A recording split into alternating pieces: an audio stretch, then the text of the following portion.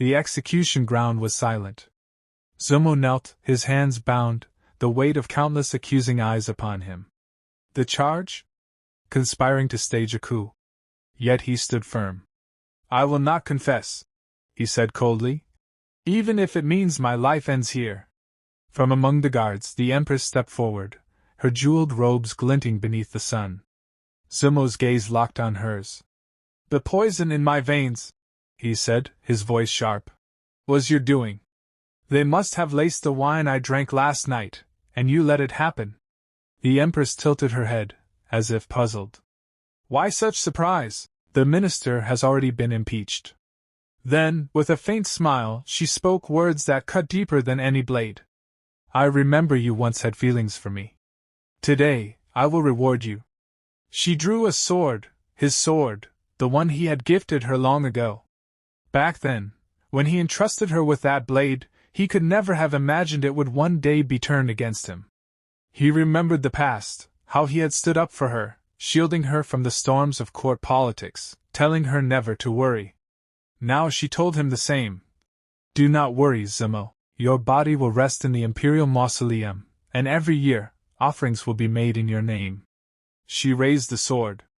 A single, decisive thrust, steel-piercing flesh. Pain exploded in Zumo's chest, but his eyes never left hers. So, this is the end. But not quite. With the last of his strength, he willed it into motion, the rebirth manuscript. A flash of light engulfed him. When his vision cleared, he was in a small wooden room.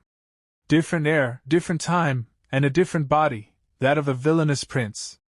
This time, he had a plan. He would use everything at his disposal to avoid his former fate. He would cultivate the heroine, Ruo, so she could stabilize the dynasty and claim the throne. He thought he had succeeded, but in the end, betrayal had come again. No more. An assistant poked his head into the carriage. Your Highness, do you have any requests while we travel?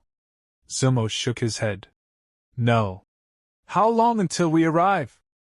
Half an hour more, my lord. Zumo's gaze sharpened. Half an hour, the orphanage. This is when I first met Ruo. Keep driving, he ordered. Yes, my lord. He knew Ruo was still a fragile, powerless orphan. In his previous life, he had raised her. In this life, he would not. When the carriage reached the shelter, Ruo, still young, looked around in confusion. Memories surged. She had once been empress. That day, palace servants had rushed to her, pale with fear. Your Majesty! Coalition forces have besieged the palace. You must leave at once. But she refused. She was waiting for someone. Time was running out. Suddenly, a figure strode into the imperial hall. The witch! The servants cried. The woman laughed, her voice cold and mocking. So loyal, your dogs. Let's see how long they last. With a flick of her hand, dark magic tore through them, leaving the hall silent. Now nothing stood between her and the throne. It has been a long time, Sister Ruo, the witch said. The Empress's eyes widened. You! The witch sneered. After Zumo took you from the orphanage, you lived a life of glory, even ascended the throne. Meanwhile, I crawled through filth, fighting mongrels for a crust of bread. But in the end, it is you who lost. Ruo frowned. Why? The witch stepped closer, her voice like venom. Because you killed Zumo. No one could get close to you while he stood by your side. The moment you struck him down, you were already finished. Ruo's breath caught. Lies. But the witch had no patience for more words.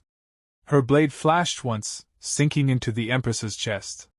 You were drunk on power. The witch hissed. You slaughtered your most loyal protector. Such a foolish, pathetic girl is unworthy of being called Empress. Ruo collapsed onto the throne, blood staining her robes. As her vision dimmed, one thought consumed her. If only I could bring Zumo back. If time could turn back. Ruo's heart whispered the thought as the world blurred around her. Her vision dimmed for a moment. She stood frozen in the shelter, unable to comprehend what had just happened. Ruo, are you okay? A boy beside her asked, concern in his voice. Snapping out of her panic, Ro waved him off. I'm fine, she said quickly, though her voice trembled. Then hurry and change into a clean outfit, the boy urged. A noble gentleman will be arriving soon to take one of us away. Ro's breath caught. Her palms grew cold. A noble gentleman, it must be him. Zumo. In her previous life, he had taken her from this very orphanage. That moment had shaped everything. This meant, this time, she had a chance to fix it. A chance to meet him again. A chance not to repeat the same mistakes. The shelter's teacher appeared at the doorway. Everyone, once you're changed, gather in the front yard. A short while later, the children assembled outside.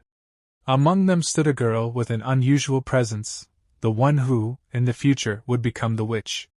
The teacher's gaze found her. Coo Yong, don't frighten the others with your appearance.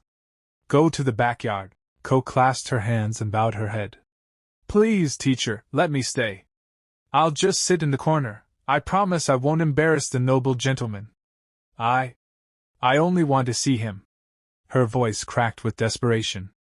The teacher frowned but said nothing more. The great wooden doors creaked open, and Zumo stepped into the courtyard. The scent of sandalwood followed him, his figure commanding yet calm. The teacher greeted him warmly, guiding him inside. Zumo's gaze swept over the children. In this life, he thought, his path and Lu Rua's would diverge. And she seemed to realize this as well. We've tested all the children's endurance, the teacher explained proudly. Their results surpassed that of ordinary youngsters, perfect as slaves, or even as future warriors. We have many excellent choices here. Then, with a glint of excitement, the teacher pointed. This girl's bones are especially remarkable. Rua stood still, meeting Zumo's eyes with intense determination. The price for her is higher, the teacher added. But worth it. I don't care about the price, Zumo replied. But then, his heart stirred. A faint, familiar feeling. Where is Coo Yong? He asked. The teacher's smile vanished. She is the weakest of them all, poor bone structure, no talent whatsoever. He barked toward the girl. Stop disgracing us. Leave this instant. Zumo's eyes narrowed. The witch? He wondered, if he chose Coo Yong this time, how would the story change? Coo took a step back, then suddenly rushed forward, throwing herself to her knees before him. Please, take me with you, she cried, clutching at his robe. I will serve you faithfully for the rest of my life. The teacher stormed over, yanking her by the hair to pull her away. But Coo resisted, inching closer to Zumo, her eyes wet with tears. You truly wish to go with me? Zumo asked. Yes, she answered without hesitation. And you will serve me without betrayal? If you take me from here, young master, she said firmly, I will obey your every command. From the side, Ro watched, her heart tightening. She couldn't understand. This isn't right, she thought. Zumo was supposed to pick her. In her past life, it had always been her. Why, is he choosing Coo Yong? But for reasons no one could fathom, Zumo was now taking Coo Yong away from the orphanage. The teacher, visibly uneasy, asked, My lord, is your choice final? We have many children far more capable than Coo Yong. He pressed further, gesturing toward Rua. Lu Rua possesses the rarest talent, surely she would serve you better. Zumo's gaze turned cold, his voice sharp as a blade. Are you questioning my choice? The tutor paled and dropped to his knees. Forgive me, my lord! From the side, Rua suddenly rushed forward, desperation flashing in her eyes. Please, noble gentleman, take me with you too! The teacher's face twisted in outrage. Shameless! Do not disgrace yourself before the Lord! He grabbed her by the collar, yanking her back. But Zumo stepped forward, taking Ro's hand, only to push her away with a single, forceful motion.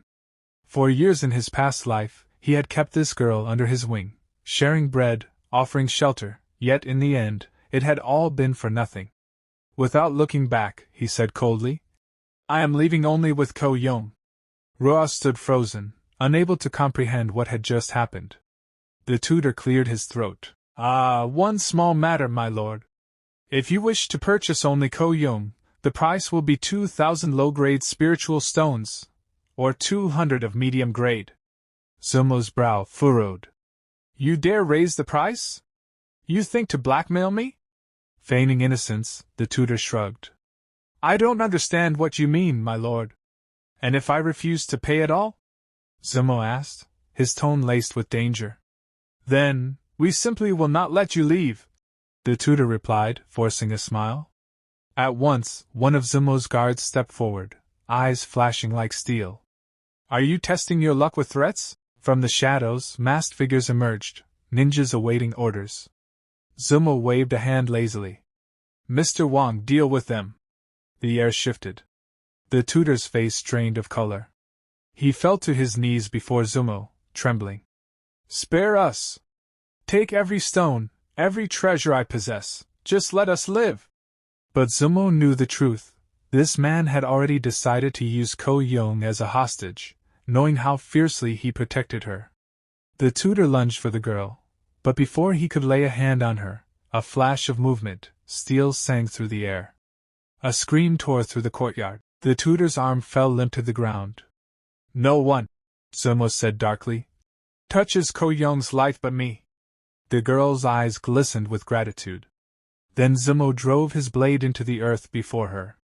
Kill him! Coo Yong froze, her breath catching. He's punished you your entire life. Zumo continued. This is your chance to take your revenge. Her hands trembled as she reached for the weapon. Memories surged. Days when the tutor forbade her from eating, claiming she consumed too much. The punishments that rained down on her without reason. The endless scolding. Other caregivers had begged him to stop, yet he never did. Zumo's voice cut through her hesitation. You have suffered enough. Take back what was stolen from you. Coo Yong tightened her grip on the hilt. The storm of killing intent was thick in the air. The teacher's voice rang out like a whip, sharp and furious. You wouldn't dare kill me! I'm the one who picked you up from the gutter, sheltered you, kept you alive! Without me, you would have rotted in some forgotten alley long ago. His words dripped with self-righteousness, but his eyes flashed with contempt. Ungrateful wretch! I should have abandoned you long before this. The girl's fingers tightened around the blade. Her gaze was cold, but her chest burned with unspoken rage. The sword arced down, gleaming in the dim light. The man staggered back, shouting, If you kill me, I'll haunt you for the rest of your days. End it. I'd rather die than endure this pain. Her sword fell again. The final blows silenced him forever. From the shadows, Zumo stepped forward, his voice steady as falling snow. It's over. The girl lowered her weapon and bowed slightly. Master, the order has been carried out. Zumo's eyes gleamed with approval. Good. From now on, follow me, and anyone who dares offend you will meet a death so cruel, their souls will shiver. At his side, Wang spoke cautiously. Young master, what of the other orphans? Zumo waved a hand. Give them coin. Enough to survive, if they have the will. A servant scurried to obey. Behind them, Liru called out, her voice trembling. She reached toward them but found her knees weak, her mind already elsewhere. She needed a place to cultivate, to rebuild her strength. Zumo and the girl, Coo Yong, entered the carriage. The man looked at her with a faint smile. Hungry? She shook her head shyly. Not particularly, just a little. He slid several fragrant dishes toward her. Start with these. Her eyes widened at the bounty before her, and she began to eat with unrestrained hunger. Slowly, Zumo murmured. If you wish to follow me, you must accept the removal of certain restrictions in your body.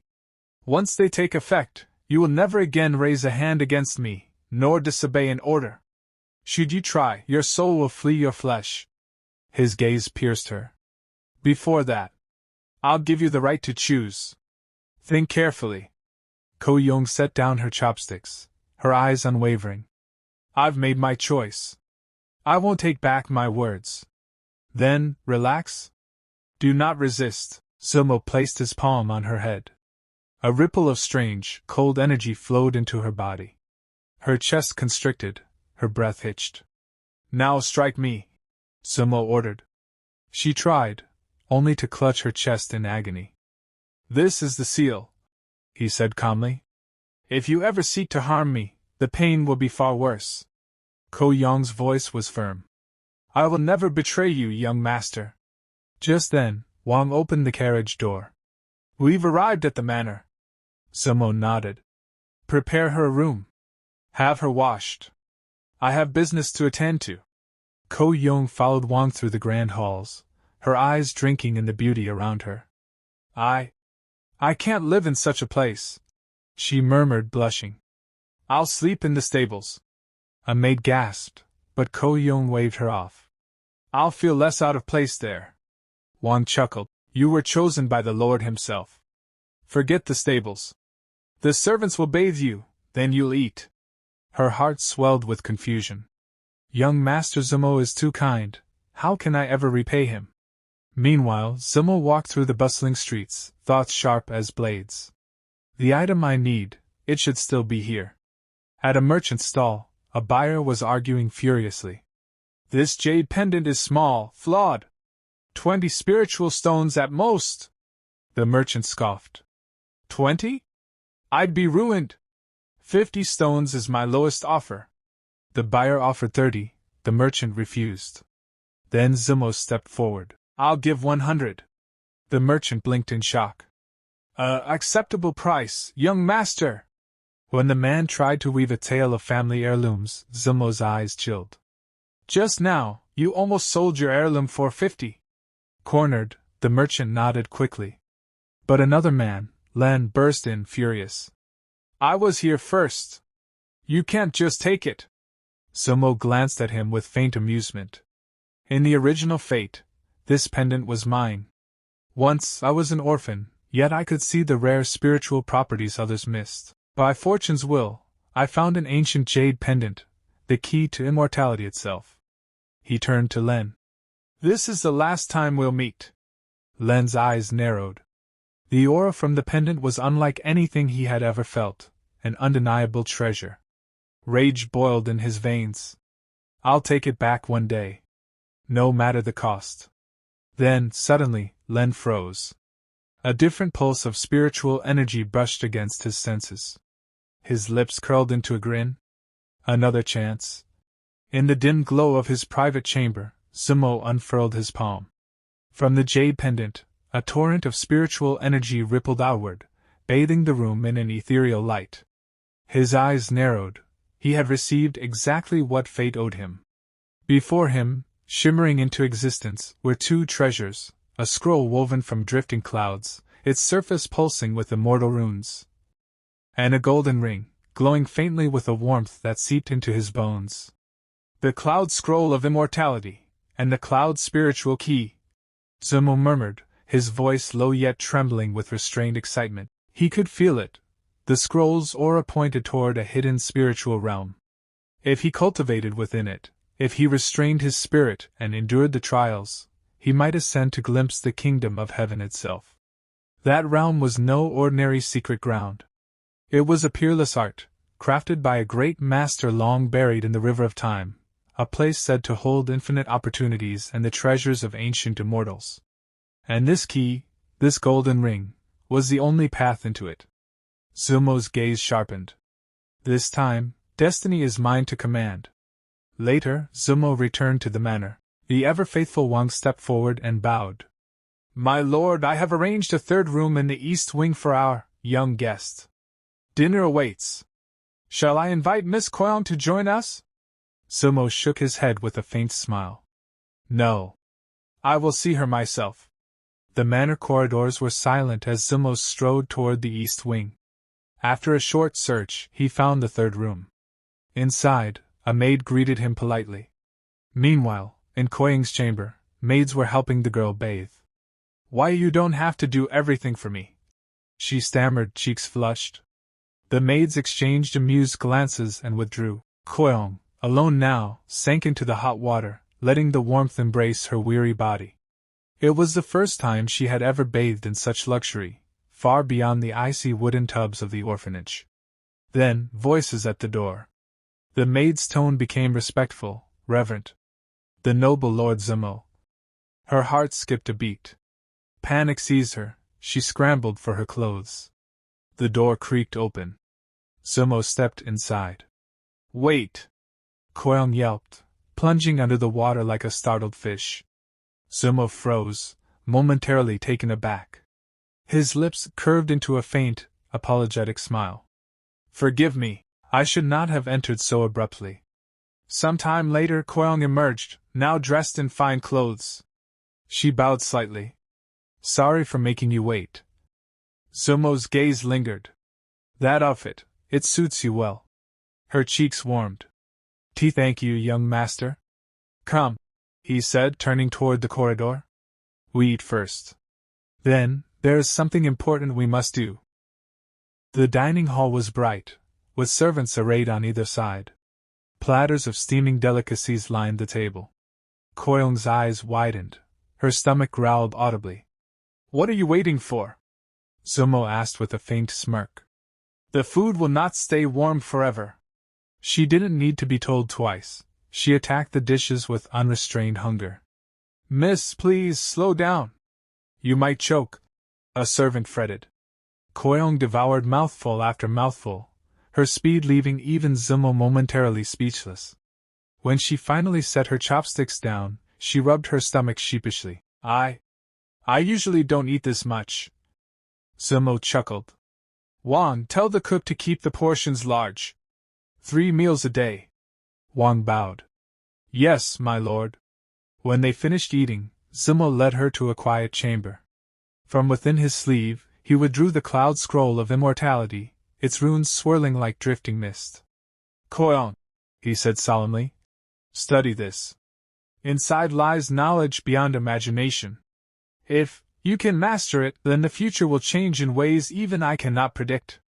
She accepted it with trembling hands. Elsewhere in the city, a merchant rummaged through a pile of broken trinkets.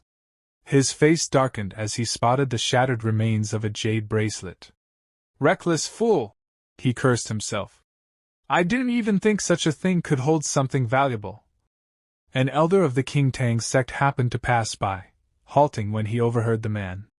"You mean to say, nothing was found in the alley?" The merchant stiffened, bowing quickly. "Elder, those words weren't meant for you." The elder crouched, his gaze sharp. "Tell me, have you seen a jade keychain anywhere?" The merchant's eyes widened. The image in his mind was clear. He had seen it before. It was the very one Zumo had sold not long ago. Within the quiet chamber, the scent of old parchment mingled with faint traces of incense. Zumo sat cross-legged, studying the ancient scroll, its inked characters pulsing faintly with spiritual intent. Without looking up, he spoke calmly to the girl before him. "Breathe in, draw the spiritual forces of heaven and earth into your meridians. Let them become one with your body." He already understood who she truly was, Coo Yong, the destined villainess of the tale, born with extraordinary talent. If she could truly restrain and master her newfound abilities, she would become a blade sharper than steel in his hand. Yet, before the thought could settle, the girl's delicate frame trembled violently, her lips parted, and she spat a mouthful of crimson onto the floor. Zumo's gaze hardened. In one smooth motion, he caught her collapsing form in his arms, his voice ringing with authority. "Call Dr. Jiang. Now!" Servants scattered like startled birds. Meanwhile, far away in a dim, crooked alley, Lenny felt a ripple, an unmistakable surge of spiritual energy emanating from Zumo's residence. He pushed open a half-rotted door, and there she was, a young girl bathed in a faint halo of spiritual light. For a heartbeat, he doubted his eyes. A single misstep crushed a stray piece of straw beneath his foot. Crack! The sound sliced through the still air. In the next breath, the girl blurred into motion, appearing before him like a shadow given flesh. The straw she once stood upon was now pressed coldly against his throat. "Who are you?" The boy's hands rose slightly, his voice hurried yet steady. I'm Lenny. Been on the streets my whole life. 15 this year. Li Ru, her true name in another life, blinked at the sound of his name. Memories stirred. In her past life, court ministers had once begged the Empress to admit a certain youth surnamed Li into the palace ranks, claiming he possessed an unparalleled talent for treasure hunting. Zumo, however, had rejected the proposal every time. Now, standing before her was that very boy. If his skills could aid her in searching for rare artifacts, her cultivation path could advance at an astonishing pace. She withdrew the straw. Only now did Lenny realize it wasn't a blade at all. "Want to keep me company?" she asked. His answer was immediate. "Gladly." Back in Zumo's chamber, Dr. Jiang examined Coo Yong with grave eyes. "Her body is indeed blessed with a mysterious gift," he murmured, "but her condition is dire. The spiritual form of her body has been weakened to a dangerous degree. This explains her insatiable appetite." Zumo's voice was clipped. "Is she ready for cultivation?" Dr. Jiang considered. "I can prepare a potion to stabilize her. But the process will be agonizing, and only a temporary reprieve. To fully heal her, noble lord, you must obtain an extremely rare herb, the jade grass of icy flesh." The name sent a cold ripple through Zumo's thoughts. He thanked the physician, personally escorting him out. Then he turned to Coo Yong, who was already sitting upright, eyes sharp. "You heard everything. About your body, and the treatment." She leapt from her bunk. "Young master, I will train harder than ever." His expression darkened. "It will be pain unlike anything you've known." Her gaze did not waver. "I'm not afraid. If it makes me useful, I will endure it." Zumo studied her for a long moment before saying quietly, "I hope your words are not empty. Tomorrow we walk together." She bowed her head. "Yes, master." From his sleeve, he produced a small pouch.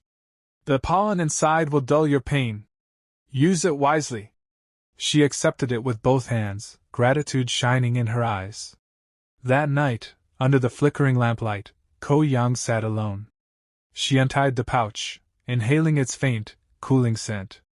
Her lips curved faintly. Her young master had personally given this to her. But her joy was short-lived. A sudden, sharp ache tore through her body. She clenched her fists. This must be the pain Dr. Jiang warned about. The next morning, in the dining hall, she devoured her food with ravenous hunger. Zumo, seated nearby, watched in silence until she looked up with a sheepish smile. "Thank you, young master, for the delicious dishes." "Eat slower," he replied evenly. When she was finally full, he took her hand. "Hold on tightly, or you'll lose your meal." Before she could question, his figure blurred. Wind roared past her ears as they streaked through the corridors, out into the world, faster than her eyes could follow. They stopped at the base of the Jade Dragon Mountain. "There's a place hidden here," Zumo explained. "Within, we may find the jade grass of icy flesh." Her breath came fast. The journey had drained her strength. But just as they prepared to move forward, a low, guttural snort broke the mountain's stillness. From behind a thicket, a beast's snarling face emerged, its eyes burning with primal fury. It lunged. Coo Yong moved instantly, placing herself between Zumo and the danger. "Young master, be careful!" Yet in her heart, a seed of doubt sprouted. "Can I truly protect him, alone?" The air shimmered faintly as the noble Lord Zumo raised his palm, threads of mystic power rippling from his fingertips. With a quiet, commanding tone he said, "We are fortunate indeed, to find bloody amber flowers in this forsaken place. The beast has not fully consumed their essence." Before Coo Yong could even question him, the bleached skeleton of the tiger, still warm from its last breath, collapsed into the dust under Zumo's spell. Then, as though the heavens themselves had rewound time, scarlet sinew began to coil over bone, fresh flesh knitting itself together. Coo Yong's eyes widened, her breath caught in her throat. She had never witnessed such sorcery. Zumo turned to her, his tone calm yet tinged with satisfaction. "This is the rebirth manuscript at work." A faint smile touched his lips. "And tonight we dine on tiger meat unlike any other." With a wave of his hand, he plucked several glowing amber leaves from the flower stalks, their crimson light dancing in the fading daylight. "We'll wait out the night in the local cave," he said, as if stating an unchangeable decree. The girl agreed, dragging the tiger carcass by its thick tail as they made their way inside. Within the cavern, firelight licked the stone walls as the meat sizzled over the flames. Coo Yong sat cross-legged, eyes fixed on the mesmerizing cooking process. Suddenly, Zumo's voice broke the quiet. "Girl, mind your breathing." The sudden gravity in his tone made her stiffen. She turned toward the cave mouth, her gaze catching faint silhouettes moving against the night mist. "Master, who are they?" she whispered. Zumo's eyes narrowed. "Followers of the sect," he said slowly. "Strange, to see them here, so near the Jade Dragon Mountain." He glanced back at her, his voice low and edged with meaning. "Perhaps that explains why so few dare wander here. If they interfere, I will see them erased." Elsewhere, deep in the forest, Liru crouched in the shadows, eyes locked on the very same sect followers. It was the third time she had crossed paths with them in this region, and the sheer number of cultivators here gnawed at her thoughts. Lenny, her loyal companion, called from behind. "Mistress! There are battle traces nearby." Liru's pupils contracted. She could feel it, the mixed auras of jade grass and blood amber lingering in the air. Such energy could only come from the sect, or from Zumo himself. She muttered. Her decision was instant. She needed an alchemical furnace, now, to refine elixirs before it was too late. Without another word, she sprinted off. "Mistress! Wait! Where are you? If you're afraid of the night, then stay!" she shouted over her shoulder. Lenny hesitated, fear prickling his skin, but she was already gone, darting deeper into the moonlit woods. Morning light spilled through a crack in the cave wall, brushing over Coo Yong's face. She stirred, only to find her body heavy, her limbs aching as though bound by invisible chains. "Must be, from my last training," she murmured. Zumo glanced at her knowingly. "In a few days you've reached the 6th level of Kai purification," he said. "But your body is straining against the pain. At this pace, you'll cripple yourself." Then, his voice softened into command. "We move. Now." Before they left, he handed her a small bottle. "During your next training, drink this. It will dull the pain." She bowed her head in thanks, gripping the vial tightly as they ventured deeper into the forest. "Master," she asked along the way, "how valuable is the alchemy furnace we seek?" Zumo's eyes gleamed. "It is beyond most in quality. If my memory serves, we are close. But beware, the furnace is guarded. The jade snake will not allow trespass." Before she could answer, sharp cries echoed through the trees, coming from the furnace's direction. Zumo's expression darkened. He moved silently through the brush and froze.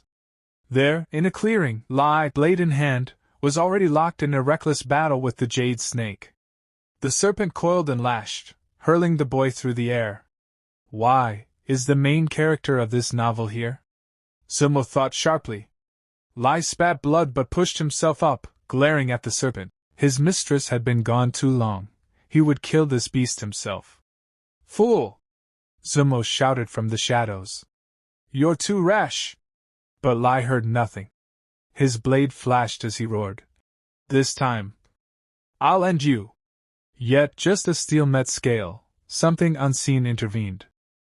The boy's body was hurled aside like a rag doll, slamming hard into a jagged stone wall. His breath caught in his chest as pain lanced through his ribs.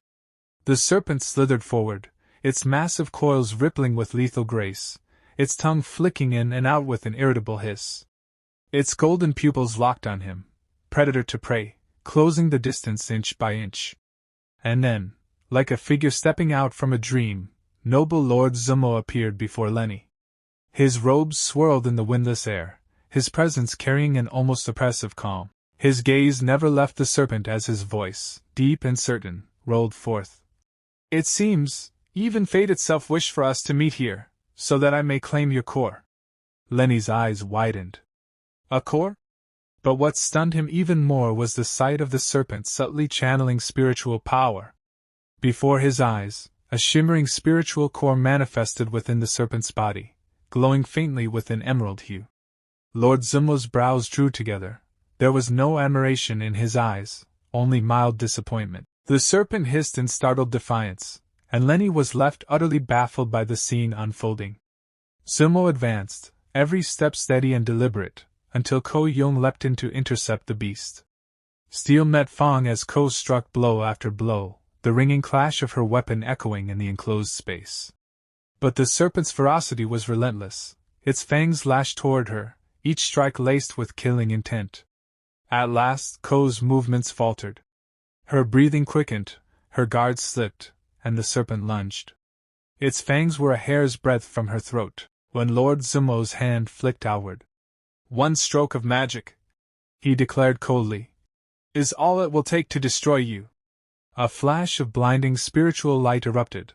When it faded, the serpent's body lay still, its head lifeless upon the ground. The core, pure, untarnished, floated gently into Zumo's hand. Lenny rushed to Coo Yong's side, concern etched into his features. "Are you hurt?" She lowered her gaze, shamefaced. "I was too careless, young master. I apologize." But Zumo shook his head. "No, it is thanks to you that I could extract the core in perfect condition." His tone shifted to that of a teacher imparting truth. "If the serpent had turned all its desperation toward me, it would have released venom into the core, ruining its purity.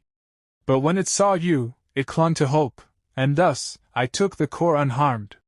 Coo listened with bright eyes, hanging on his every word. Zumo's expression softened ever so slightly.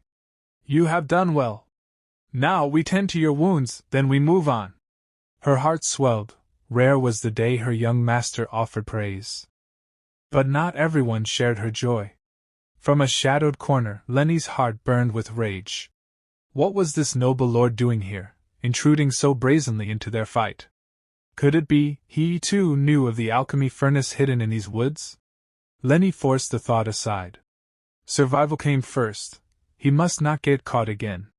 Yet before he could slip away, Zumo was suddenly in front of him, his presence cutting off every escape. "Where are you rushing to?" Lenny stammered, sweat pricking his brow. "And nowhere, not in a hurry at all." Zumo's gaze was icy. "Where is your companion, Li Ru?" Lenny's eyes darted about before he muttered. She ran off." One final question came, sharp as a blade. "The cultivators from the sect, have you seen them?" Lenny quickly pointed toward the path they had taken. But to his unease, Zumo turned in the opposite direction, straight toward the cave where Li Ru now hid. Inside the cave, Zumo's steps echoed softly, until the metallic scent of blood reached him. Deeper in, he found the source. Piles of human remains lay scattered in grotesque heaps, the stench clinging to the air like a curse. In all his life, Zumo had never seen such carnage. They bore the marks of the Leland sect. But why were disciples of the first and second cultivation stages here in the Emerald Dragon Mountain, facing a spiritual beast whose power so vastly eclipsed theirs? It was reckless to the point of madness. His sharp gaze caught something, a row of small pouches beside the corpses. He reached toward one. But a sudden, sharp sound from the shadows made him freeze.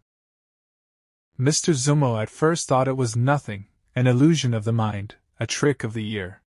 But his instincts whispered otherwise. He forced his heart into stillness, like a blade sheathed in ice, and first checked the stove's position. Yes, it was still there. Yet that strange sound gnawed at him. Had it truly been nothing? No, he was certain now, he had not imagined it. Without hesitation, Mr. Zumo stepped deeper into the cave.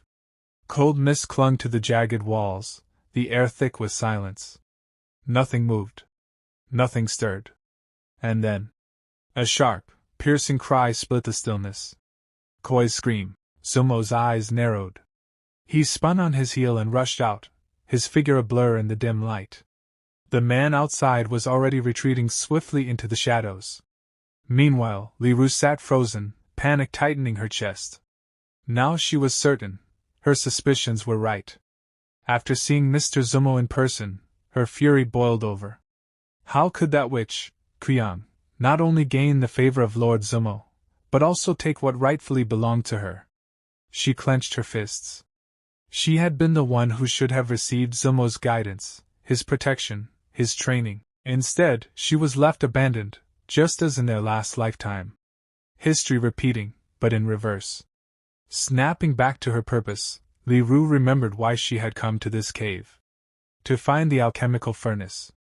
She tore open the first bag. Empty. The second, empty. The third, still nothing. Her breath trembled.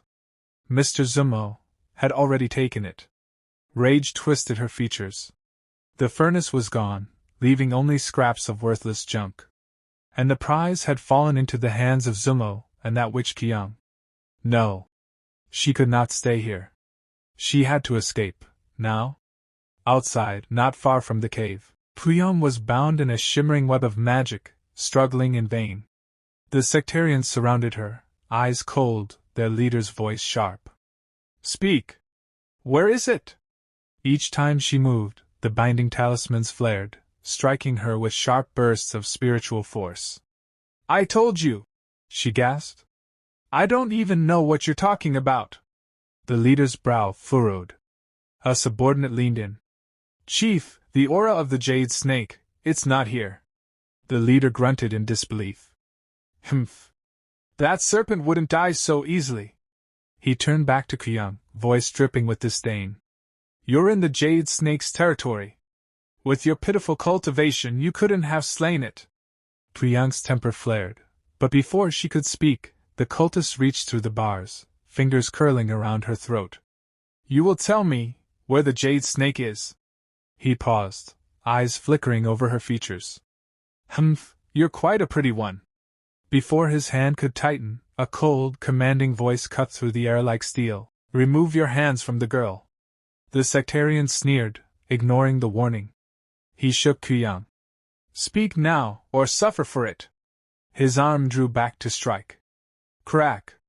A flash of movement. Pain exploded in his wrist as something struck it with crushing force. He screamed, only to see Coo Yong twist free and drive a vicious kick that shattered his arm. The surrounding sectarians froze. Who had? From the shadows, Zumo stepped forward, his presence like an unsheathed blade. In a single motion, he dispelled the binding spell around Coo Yong. She fell to her knees. Forgive me, young master, she breathed. I allowed them to catch me. The cultist snarled, rushing towards Zumo with blinding speed. Zumo lowered his head slightly, eyes sharp as a predator's. You sought this fight. Now you will bear it. With a flick of his sleeve, talismans burst into the air, sealing a protective barrier around Coo Yong. The cultist tried to advance, and froze in shock. Our spiritual energy sealed? Zumo's lips curved faintly. From behind him, a ripple of killing intent surged. Coo Yong's spiritual energy flared, forming a gleaming spear in her hands. Her eyes hardened. Leave one alive, Zumo ordered. Yes, young master. She moved like lightning, spear thrusts laced with fury. One by one, the sectarians fell, their cries echoing through the forest. Finally, she stood before their leader. The one who had dared to grab her throat. Her grip tightened. Her gaze burned. You, she hissed, will regret touching me. The girl seized the sect leader by the leg, her grip unyielding as iron, and dragged him forward. Young master, she said with a proud smile, I've taken care of the remaining sectarians. With a sharp swing, she hurled the battered leader at Zumo's feet. The man lay there, barely conscious, his breath ragged. Coo Yong stepped forward, handing over a bundle of supplies. But Zumo merely waved his hand. Keep them for yourself, he said calmly. Then, with a flick of his fingers, Zumo conjured a swirling vortex of chi, a twisting whirlpool of pure energy that hummed with lethal force. It shot forth, engulfing the sect leader. The man's body arched, his eyes going wide as pain tore through him. From now on, Zumo's voice was cold, each word like a blade. You will answer every question I ask. He wasted no time. Your name? The leader's panic was immediate. Why did you kill my disciples? He shouted, trembling. Coo Yong tilted her head, mildly puzzled. Without a word, she summoned her energy spear, the golden weapon materializing with a sharp crackle. She strode forward, her shadow falling over the man. My name is Yui, he blurted at last. I am a loyal follower of the Lilan sect. Zumo's gaze sharpened. What business does the Lilan sect have in the Jade Dragon Mountains? Yui hesitated, then spoke quickly. We came, seeking Yanling's secret kingdom. Zumo's pupils narrowed. Yanling's secret kingdom? How did you even learn of its existence? He demanded. The King Tang sect, Yui stammered. Their elders began spreading rumors, whispers of a hidden realm. Zumo pressed on, his tone turning dangerous. Then where did the King Tang sect obtain their information? But Yui shook his head desperately. I don't know anything more. Zumo's expression hardened. With a sudden motion, he threw Yui to the ground. The man scrambled, clutching at Zumo's robes. Please! Spare me! I beg you! Forgive me! Zumo said quietly. But today is the day you leave this world. No! No, wait! It was too late. A burst of lethal magic tore through the air, and Yui's body crumpled lifelessly. Coo Yong stood nearby, her expression unreadable, watching the act without flinching. Once it was done, Zumo placed a hand on her shoulder. It's time to move. She nodded silently, falling into step beside him. From a tree not far away, Lingy exhaled in relief. Finally, they're gone. But the moment he shifted, his foot slipped. Crash! He fell hard to the ground, groaning. Almost instantly, Luru appeared before him, her eyes blazing. Lingy! Do you know anything about Yanling's secret kingdom? She demanded. Her fury was palpable. She pulled him up with a sharp tug. Get moving! We follow them east, but keep our distance. We cannot be seen. I must know where the secret realm lies. Meanwhile, Zumo and Coo Yong sat deep within a cave.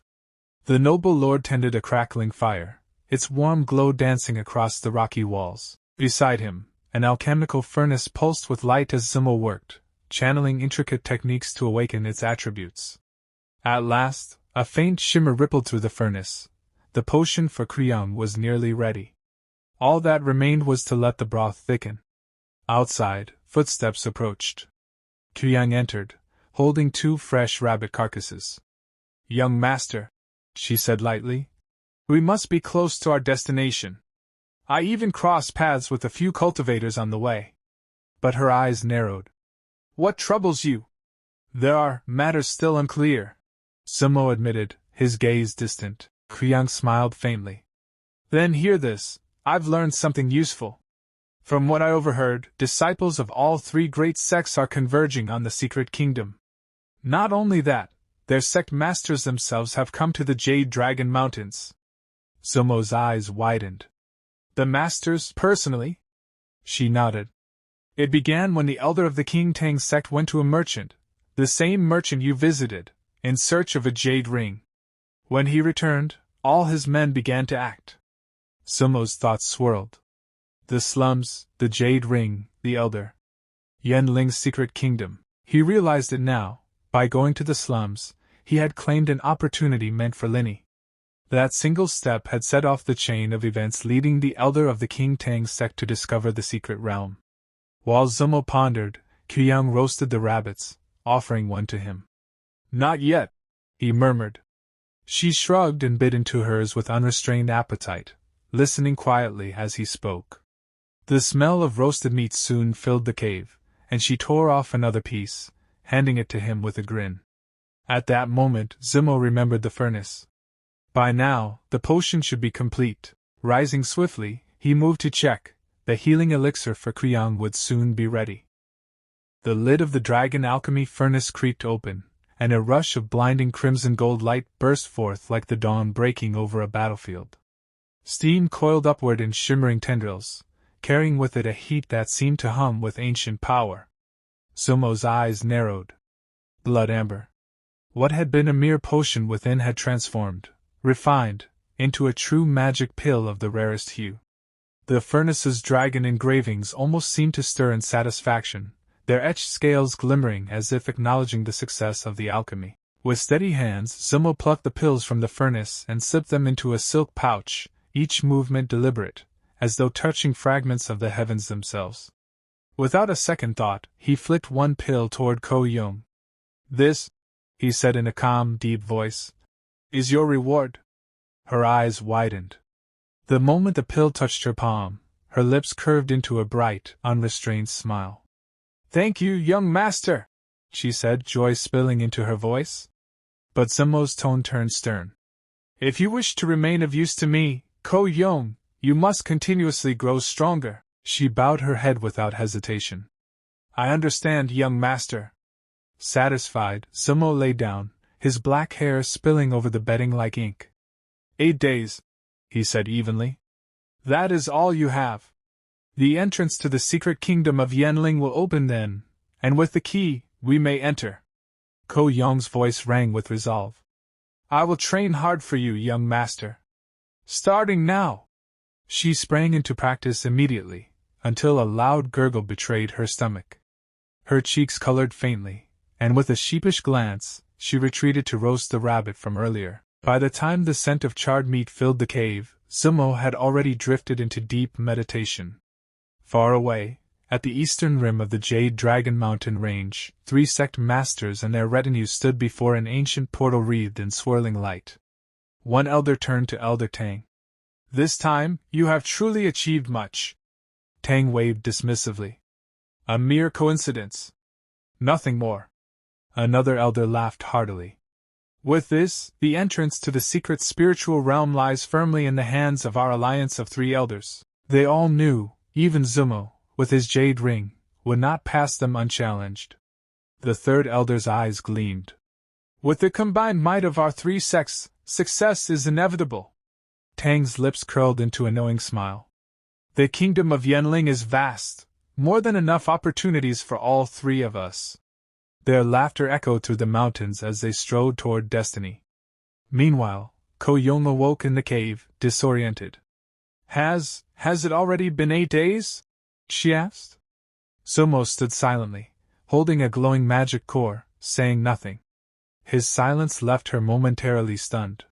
She decided to fetch food and stepped outside, only to feel a sudden rush of wind. A blur streaked past her vision. Then, roar! A massive black panther lunged at her from behind. Coo Yong spun, seizing its tail in a single fluid motion. Her thoughts flashed, not of danger, but of the meat. So much meat. Young master will love this. The beast snarled and tore itself free, circling for another strike. But Coo Yong's eyes gleamed with battle hunger. She unleashed her chi, and with a thunderous boom, the panther was hurled against a tree. The hunt was over. Triumphant, she hauled the carcass back to the cave, the thought of roasting such exotic meat quickening her steps. Soon, the panther's rich aroma filled the air as she ate, savoring every bite. But Zumo still sat unmoving in deep cultivation. Her brow furrowed. If he doesn't wake soon, we may miss the opening of the secret kingdom. Yet, she could not help stealing glances at his face, handsome and composed in meditation. When a delicate butterfly landed upon his nose, she instinctively reached forward to brush it away, only to find her face dangerously close to his. Flustered, she leapt back. "Why, young master? It's not what you think." Zumo's eyes opened at last, his voice deep and unreadable. "The secret kingdom." Elsewhere, at the ancient gates of Yanling, one of the 3 elders, his gaze as sharp as a sword's edge, immediately understood. "The portal, it is ready!" Without hesitation, the 3 elders raised their hands, their robes snapping in the wind. Mystic light surged from their palms, flowing into the ancient gate. A heartbeat later, a colossal beam of radiance erupted upward, piercing the heavens. The earth quaked. A muffled boom shook the air, and dust from a small explosion rolled in smoky clouds near the portal's base. High on a ridge, Tail Young lifted a slender finger toward the sky. "Young master, look!"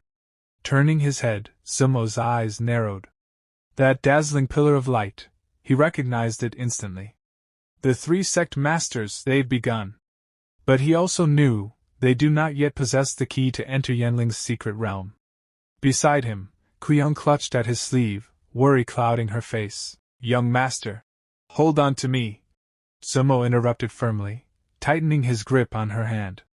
If we quicken our pace, we can still reach them. He sprang forward like an arrow loose from the bow. The wind roared in Coo Yong's ears as she clung desperately to him. Her heart hammered. His arms suddenly pulled her closer, his warmth steady against the rushing chill. If you fall, I won't have time to find you, he said.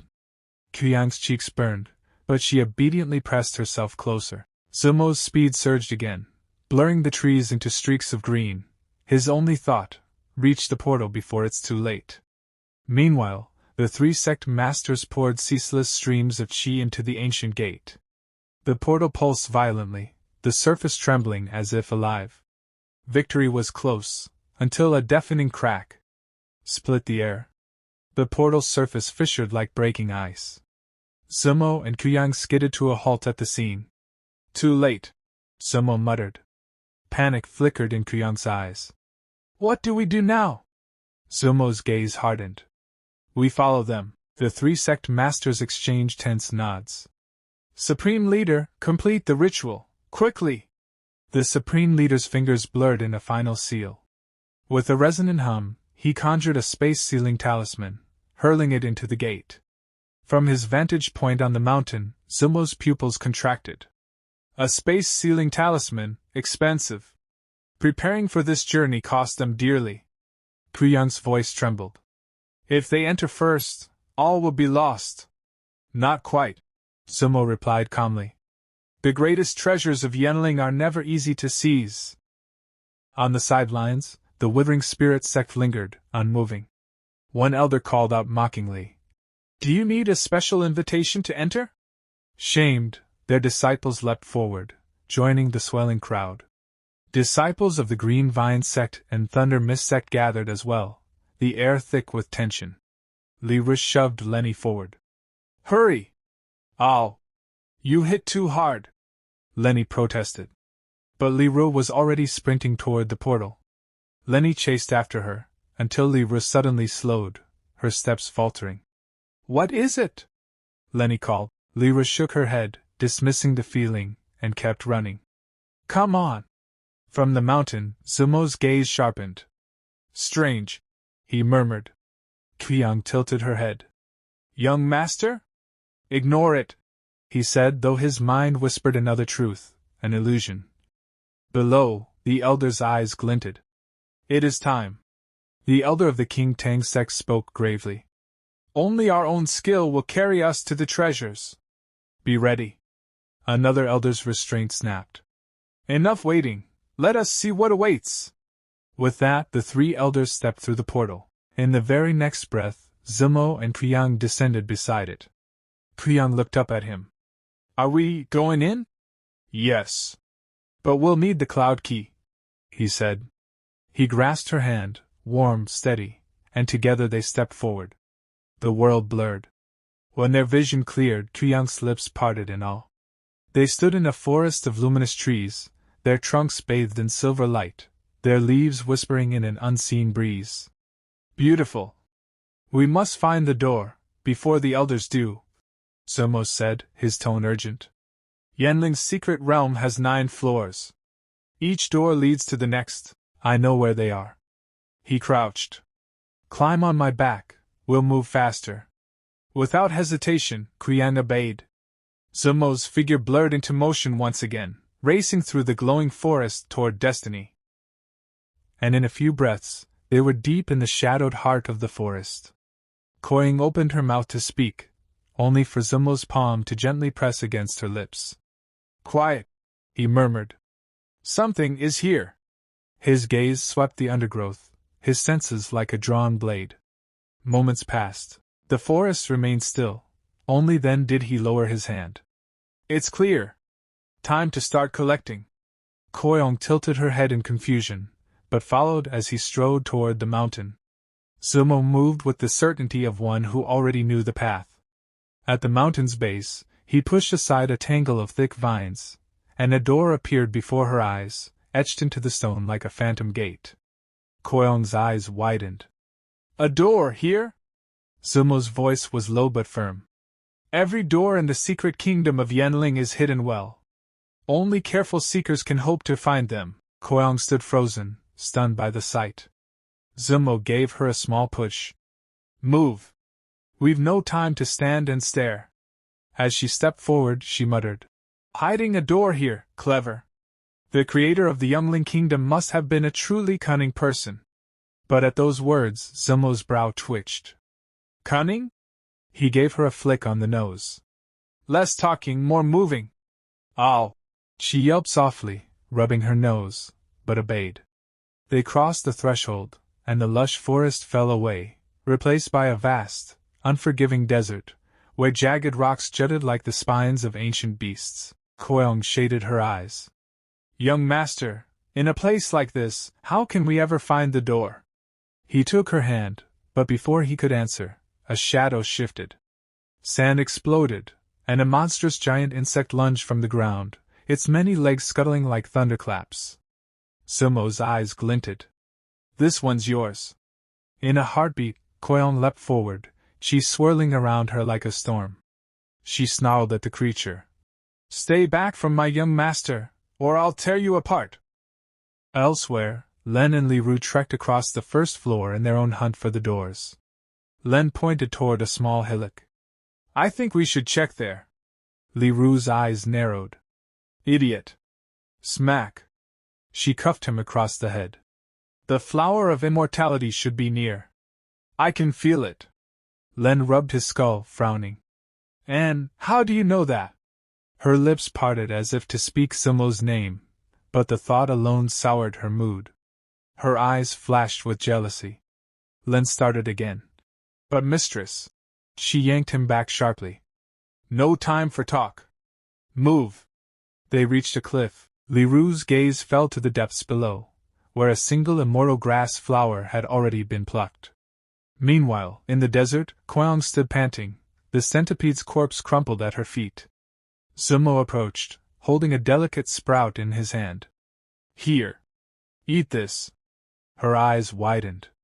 Is that the flower of immortal grass you picked on the first floor? Zumo nodded. I gathered a few treasures along the way. This one will greatly strengthen your body. She bowed slightly. Thank you, young master. Without hesitation, she devoured it. Far away, Li Ru fumed. Again, someone else took what I wanted. Her gaze darkened. Could Zumo be in the secret realm of Yanling? No, she reminded herself. She had been one of the first to enter with Len. Len's voice broke her thoughts. Mistress. She snapped, her patience gone. Shut up and look for the door. We must get ahead of the elders. Her blows rained down on him until he scrambled away. Back in the desert, Coo Yong now faced another insect, her young master's voice cutting through the heat. Too slow. Focus. Strike from the left, then the right. Only then will you break its defense. Her blade danced, flashing from side to side, until she struck the final blow, cleaving the monster's body into pieces. From the remains, the broken soul of a cloud spirit emerged, hissing. Without pause, she crushed it to dust. Panting, she turned, only to meet Zumo's calm, unyielding eyes. Your decision in battle was far too reckless. Her eyes blazed with indignation. Coo Yong turned sharply, her breath caught. Before her loomed a monster far greater than the one she had slain mere minutes ago. Its towering form blotted out the dim cavern light, every movement radiating an oppressive killing intent. She was not ready for this battle, but there was no time to hesitate. With a fierce cry, she struck. Again, her blade bit deep. Again, the air shuddered with the force of her blows. Over and over she attacked, each strike heavier than the last, until at last, with a final cleave that split the beast's skull, the monster collapsed in a thunderous crash. Zumo, her young master, stepped forward, his lips curling into a rare smile. This time, well done, he said, voice like calm steel. He lifted his hand. A stream of radiant magic flowed from his palm, weaving into her wounded arm. Coo Yong stared in disbelief as the torn flesh knit together instantly, leaving only smooth, unblemished skin. She bowed deeply. "Thank you, young master, for your grace." "Come," he ordered, already striding forward. "We climb higher." After some time, their path led into a vast cavern of jagged black stone. Towering crystal spires jutted from the walls like frozen fangs, each shard gleaming with a dark, unholy light. Zumo's gaze sharpened. "If my memory is correct, the place we seek lies close." He extended a finger, a beam of magic lancing forth, shattering an entire stone wall in a single blast. Behind the rubble, a hidden doorway pulsed faintly. They stepped through, and were greeted by a breathtaking sight. The sakura forest, at the height of its blooming season. Countless petals drifted through the air, painting the world in soft pink. Coo Yong's lips parted in awe, but before a sound could escape, Zumo's hand clamped over her mouth. "Hold your breath," he murmured, eyes grave. Confused, she obeyed. "The fragrance," he explained, "is deadly. One breath too deep, and the poison will still your heart." A shimmering barrier of clean air formed around her. Horror dawned in her eyes as she whispered, "Poison, from such beauty?" Zumo plucked a single blossom, its scent intoxicating even within the barrier. "To a poison master," he said softly, "this is a treasure worth more than gold." She listened, entranced by his words, until her stomach betrayed her with a low growl. Zumo arched a brow. "Hungry?" Blushing, she nodded. A portal shimmered into existence before them. "We'll rest on the 4th floor," he said. "Eat, regain your strength. We still have far to go." Far from the forest, at the entrance of the secret kingdom, an elder's voice thundered with fury. 2 hours! And still, you cannot find the door? His disciples bowed low, faces pale. "Elder, the Yenling realm is limitless. Searching for the door is like searching for a needle in a..." "Silence!" the elder snapped. "We have no choice but to use it." The other elders froze. Horror flitted across their faces. "The secret deduction technique?" They knew the cost. Years, decades, of life burned away in a single casting. "You cannot!" one protested. "Head of the LCT, you must reconsider." But the leader's eyes were cold. "Do not forget why we came.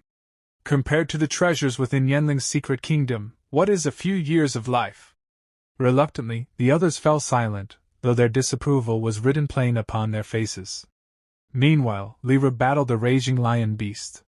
She struck again and again, but her foe's strength did not waver. Pain lanced through her side as its claws found their mark. With a roar, the lion lunged, death raced toward her. And in that instant, Lenny appeared at her side, dragging her out of the beast's path. But the lion was relentless. Even after tumbling to the ground, it charged again, eyes burning with savage hunger. Lenny moved without thinking, placing himself between the monster and his mistress. Lyra's fingers closed around a fallen blade. At the last heartbeat, she drove the weapon straight through the lion's snarling muzzle. The beast collapsed. Lyra fell back, breathing hard, her body trembling from exhaustion. Yet Lenny remained sprawled on top of her. "How long?" she asked coolly. "Do you plan to lie there?" Flustered, he stammered. "I was only protecting." Her knee shot upward, connecting sharply. Lenny rolled away with a strangled cry, clutching himself.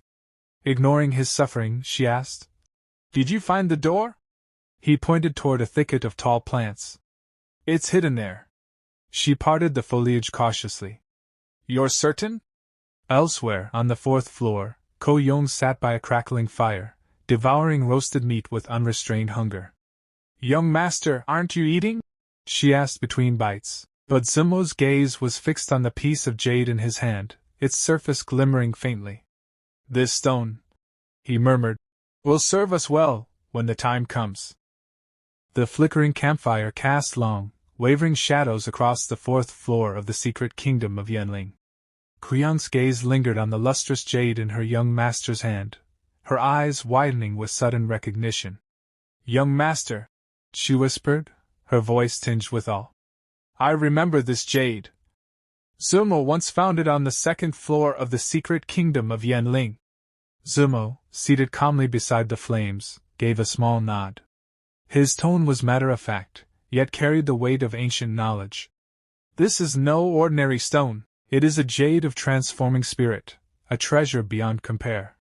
The finest material for refining weapons, and if wielded well, capable of elevating a spiritual weapon into the rank of a spiritual treasure. Coo Yong's breath caught. Such a thing truly exists? Her heart pounded at the thought. Young master, have you found a use for it? A faint, knowing smile touched his lips. I have a few ideas, he said simply. Meanwhile, deep within the second floor of the realm, Li Ru's sword danced like a streak of silver lightning, cleaving through chittering insect beasts. Beside her, Li's blade struck true again and again. Yet with each kill, more swarmed forth. Li Ru exhaled sharply, her brow furrowing. I never imagined there could be so many monsters here. Then, she noticed Li standing still, his eyes narrowed in concentration. What are you doing? She demanded. I'm thinking, Li replied. I can feel it, a powerful aura, from over there. He pointed to the shadows beyond. Li Ru tilted her head. Aura? Could it be the door to the next floor?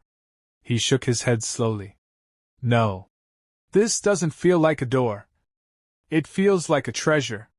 One of great value. Her eyes gleamed. Then enough talking. Let's go.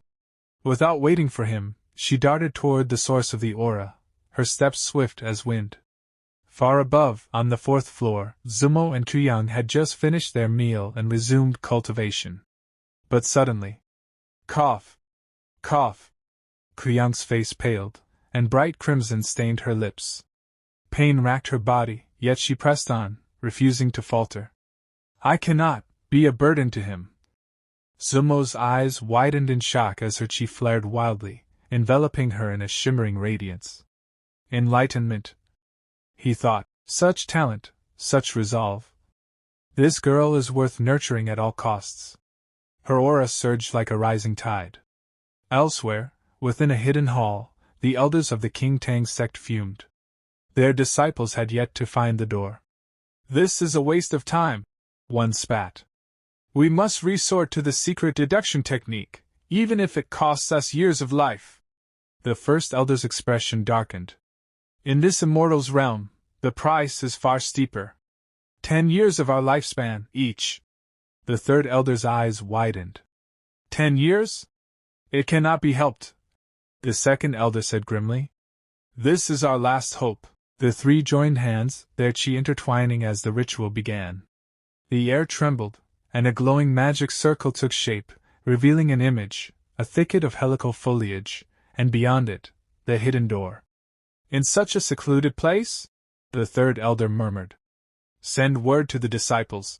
The first elder ordered. Prepare to enter the second floor. Coo Yong stirred, feeling the warmth of her young master's chi shielding her. She turned, meeting Zumo's calm gaze. You're awake, he said gently. She nodded. Then we move on, time is precious. Before she could reply, her stomach rumbled loudly.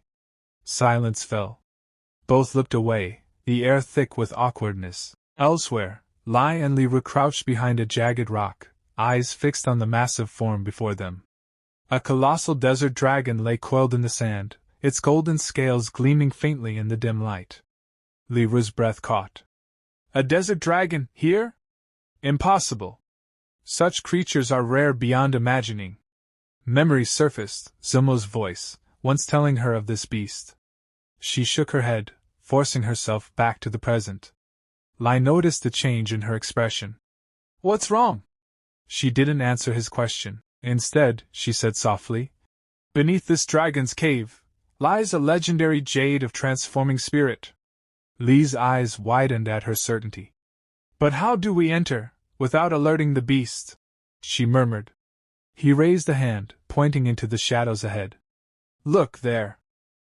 Li Ru and Linny's gazes snapped upward as several streaks of light split the heavens, descending like divine spears. Their hearts trembled, only the elders could produce such brilliance. In the next instant, 3 venerable figures landed nearby, robes billowing with immortal authority. The elder of the King Tang sect swept his sharp gaze over the land, lips curling into a thin smile. "My intuition has never failed me," he declared. "They've just entered the cave where the precious stones slumber." But before his words could fade, the sudden arrival of the 3 elders sent ripples of power through the earth, awakening the dragon that lay dormant within. With a thunderous roar, the beast erupted from the depths, its scaled body like a living mountain of gold and obsidian. The elders froze mid-step, their eyes widening in disbelief at the sight of the monstrous creature. The King Tang elder's expression hardened. "Enough hesitation! The treasures are within our grasp. Only this beast stands in our way. Slay it!" With a flash of steel, Elder King raised his blade skyward. She flared like a burning sun as he and the other 3 elders surged forward together, their disciples streaming after them like a tide. Linny instinctively moved to take flight, to intercept them. "We can't let them be the first into that cave." But Li Ru's slender hand shot out, seizing his sleeve with surprising force. "Wait!" Her pull was so sharp that Linny stumbled, pitching forward into her.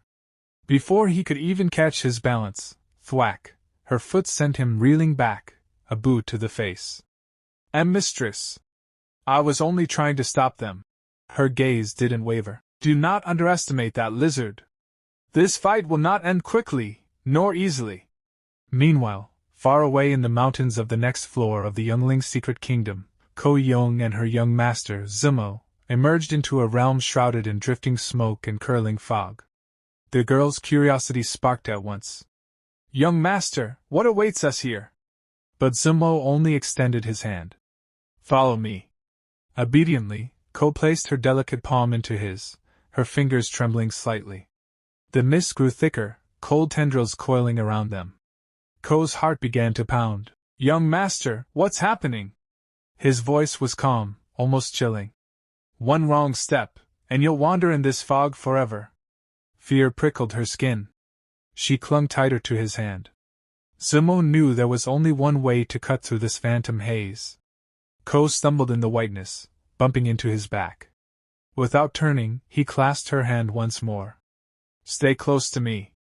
Always." Then, like a shadow-swift wind, the noble young man surged ahead. Coo had to cling desperately to his arm to keep from falling and vanishing into the fog. At last, the white veil parted, revealing a vast, roaring waterfall before them. Zumo's eyes gleamed. "We've arrived, at the most sacred place on this floor." Coo stared in awe. "This waterfall? Sacred solar water," he explained. "Bathe here, and your life will lengthen. Your spiritual power will multiply. For you, it will stabilize your foundation and purify your energy." Coo blinked in surprise, then shook her head. "You should go alone, young master." But Zumo's tone grew firmer. "Treasures like this do not appear twice. Come. Nothing ill will befall you if we enter together." Her face flushed at the thought of bathing beside him, but before she could respond, the battle with the dragon raged. The elders' attacks rained down like meteors, yet the beast's scales deflected blow after blow. With a surge of power, they bound it with glowing chains of magic, seeking to immobilize it for the killing strike. Then, roar! The dragon's cry split the heavens. The sound crashed like a tidal wave, hurling the elders backward. Blood trickled from Li Ru's lips. "Mistress! Are you all right?" Linny cried. She wiped her mouth and nodded. "I'm fine." Though Linny himself was reeling from the same ear-splitting force, Li Ru's eyes sharpened. "Now's our chance." They slipped like shadows beneath the cliff, where above, the dragon and the 3 sects clashed in fury. Finally, they reached the heart of the cave. Upon a small golden pedestal sat the object they had been seeking, a top-level spirit-transforming jade, radiating an aura so pure and potent it seemed to breathe. Li Ru's hand reached for it, when a strange sound echoed through the cavern. Her fingers froze inches from the jade. On the other side, Zumo and Coo Yong had removed their clothes and entered the spirit liquid. Coo Yong felt a little anxious and wondered if anyone else was there, but Sumo remained focused on absorbing the spirit liquid. Coo Yong hesitated and said, "Thank goodness for the spirit screen. Okay, let's hurry." She then focused fully and began absorbing the spirit liquid as well. Sumo said, "I can absorb about 1/3. Then, he took a pill and began absorbing faster. However, his power to absorb the spirit liquid was dangerously strong, and he started absorbing it at an alarming rate. Coo Yong was left stunned, and after a short while, Sumo experienced a breakthrough. Coo Yong, seeing this, said, "It seems that young master has already broken through the spirit realm. I still have to work hard."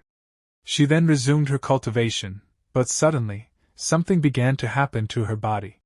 She felt pain and could no longer absorb the spirit liquid. She vomited blood, which Sumo noticed immediately. He used his power to try and save her. Coo Yong started to lose consciousness, but Sumo quickly caught her and tried to examine what was wrong with her body. On the other side, at the second layer of the cave, Ro was still in the same spot, shocked to find that the item she had come for was no longer there. In anger she said, "What is this? Someone must have come before us. They actually took the precious jade, leaving behind illusions." Lenny said, "Could it be that besides the 3 sects, there are other experts?" Just then, they heard a terrifying roar as something fell from the dragon mountain outside, and it seemed like the mountain was about to collapse. Sensing this, Lenny grabbed Ruo's hand and tried to pull her out of the cave. They both looked outside the cave, and Lenny found himself so close to Ruo that he began to feel embarrassed. Meanwhile, the 3 elders, who had been severely injured and exhausted, had somehow managed to defeat the dragon. They were the first to head toward the treasure. Seeing them, Ruo quickly closed Lenny's mouth, signaling him to stay quiet, though she was seething with anger inside about how they could get out of here. Lenny, on the other hand, was enjoying the moment, his face turning red as Ruo remained so close to him. Meanwhile, Sumo had pulled Coo Yong out of the spirit liquid and had dressed her. Coo Yong was unconscious in his arms. Sumo looked at her and said, "I didn't expect it to turn out like this. Her constitution is actually experiencing a backlash at this time. I can only do it this way." He used his power to bring her back to consciousness, and Coo Yong opened her eyes, sitting up and asking, "Did I faint in the pool?" When she looked at her clothes, she was shocked because she knew she hadn't been wearing them when she was in the spirit liquid. She glanced at Sumo and realized he had dressed her. Her face turned red with embarrassment, and she shouted, "Wait! Young master! Did you change my clothes?" It seemed like Coo Yong was about to faint again, but she felt something inside her body and her eyes began to close once more. She began to lose consciousness, but Sumo caught her, knowing her physical condition was still weak. He placed his finger on her forehead and began infusing spiritual power into her. Coo Yong weakly murmured, "Did I hinder young master again?" Sumo replied, "I temporarily sealed your spiritual power." He then took out a treasure and said, "This item is for you. Do you remember when I said there was a treasure here to repair your physique?" Sumo asked. Coo Yong looked at the treasure with wide eyes and said, "This is jade skin ice bone grass?" Sumo confirmed, "Yes, just harvested from above the waterfall." Coo Yong looked at the waterfall and said, "Ah, young master, you went so far for me." Sumo replied, "Originally, I was going to take it back to make medicine, but now it seems too late. There's only one method, but it involves extreme pain." Coo Yong said, "As long as it succeeds, I'll endure any hardship and face the sun without hesitation. Young master, let's begin." Sumo then said, "Okay, first take off your clothes." Coo Yong eagerly agreed, but as soon as she understood what Sumo had said, her face turned crimson with embarrassment. She screamed, "Why do I have to take off my clothes, young master?" Sumo explained, "Because the clothes will freeze and shatter." Coo Yong had no other choice but to lower her head. Sumo added, "Anyway, I just put the clothes on you a moment ago." Coo Yong reluctantly agreed, and slowly approached Sumo, removing her clothes one by one. She shouted, "Young master, let's begin!" Sumo stood behind her and placed the treasure on her shoulder. He warned her that it might be very painful, but Coo Yong prepared herself. As soon as the treasure was used, she felt like she was trapped in a whirlpool, being pulled down quickly. The cold was unbearable, but she endured it, slowly losing consciousness.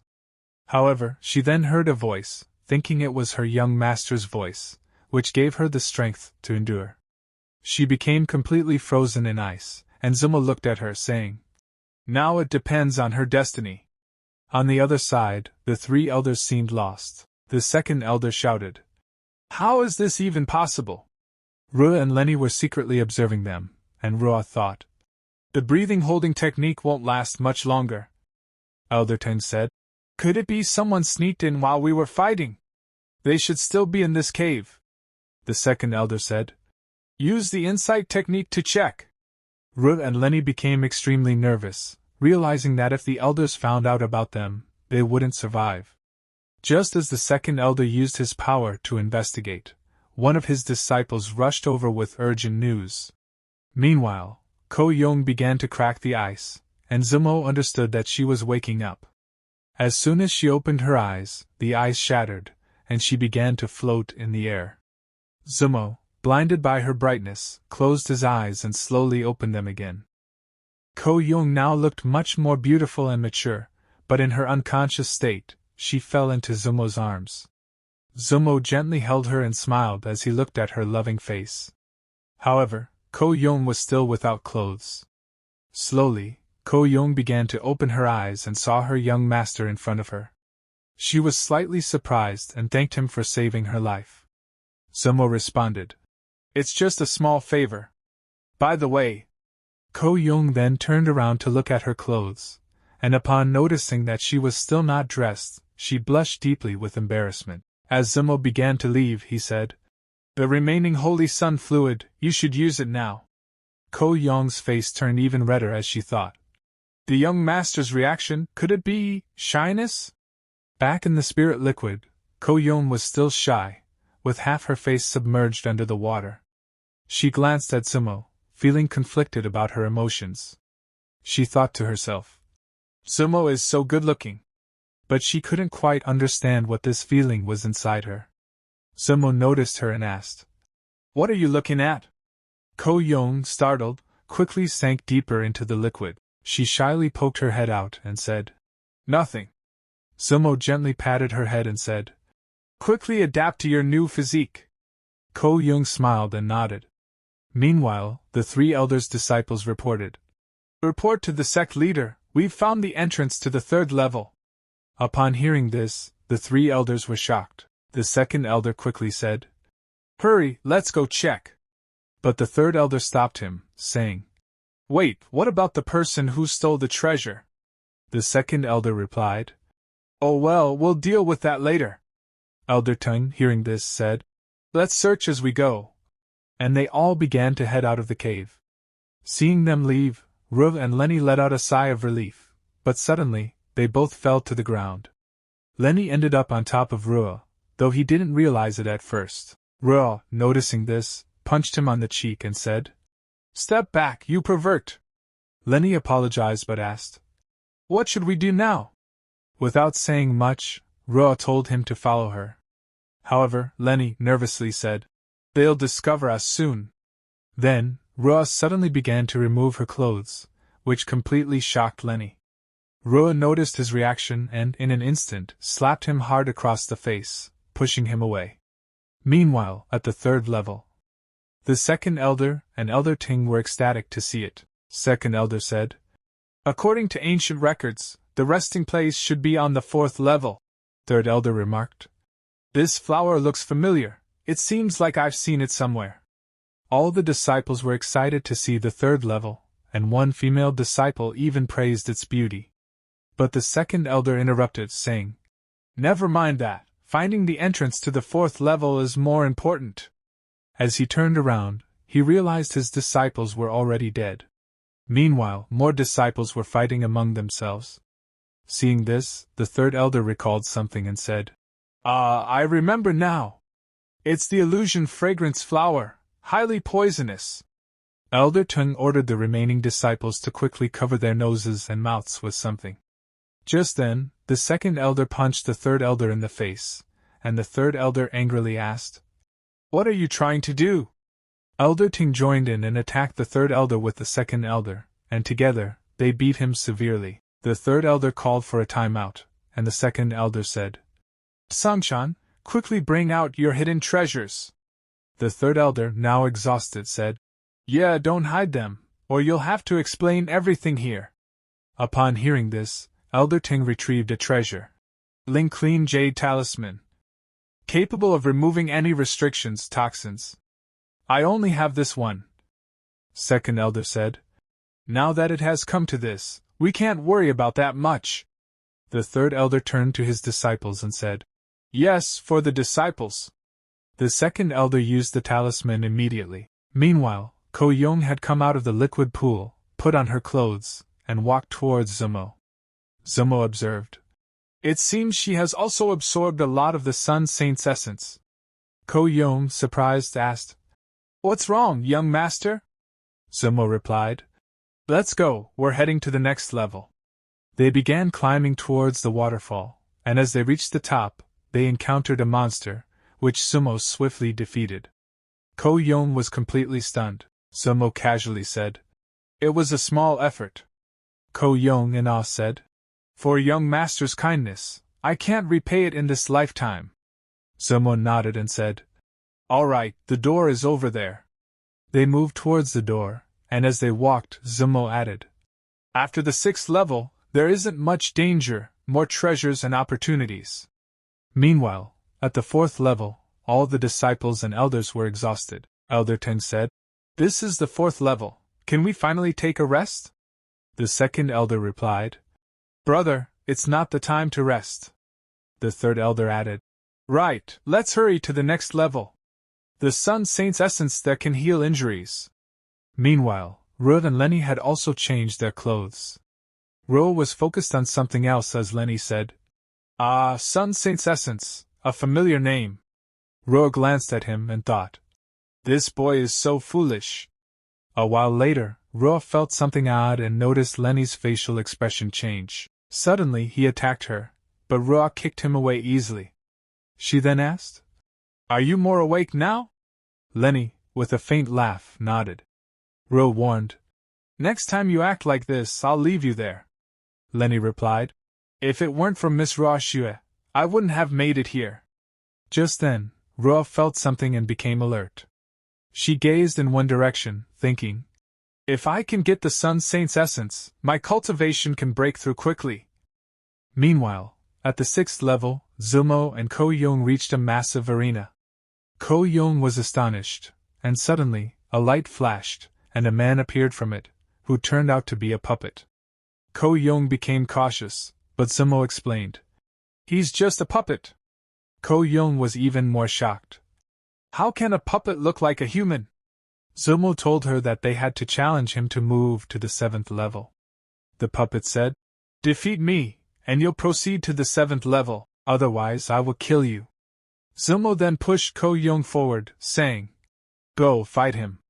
Coo Yong entered the arena to fight the puppet, while Zumo, with the help of his power, summoned a chair and sat comfortably, saying, "Seize this opportunity to familiarize yourself with your new techniques and spirit quickly."